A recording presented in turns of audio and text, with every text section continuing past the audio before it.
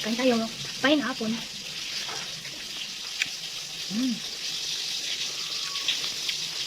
Sarap.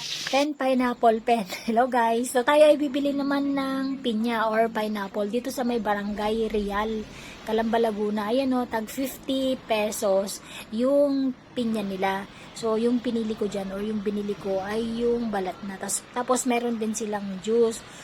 So kapag kami ay nagagawi dito sa may Barangay Real, ayan si Mr. O. Kami ay laging nabili dyan ng pinya at yung juice nila. Refreshing din naman kasi. Saka maganda rin sa katawan yung pinya. Ayan o, yung nabili namin.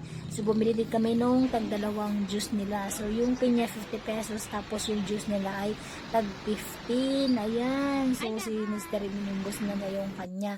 At yan naman yung nilantakan ko pag uwi yung pinya. Ang sarap yan guys, ang tamis. So mas masarap din siyang budburan ng kunting asin. Ayan o. Ang sarap niyan. So, try nyo din bumili ng pinya guys. Nakaka-refresh.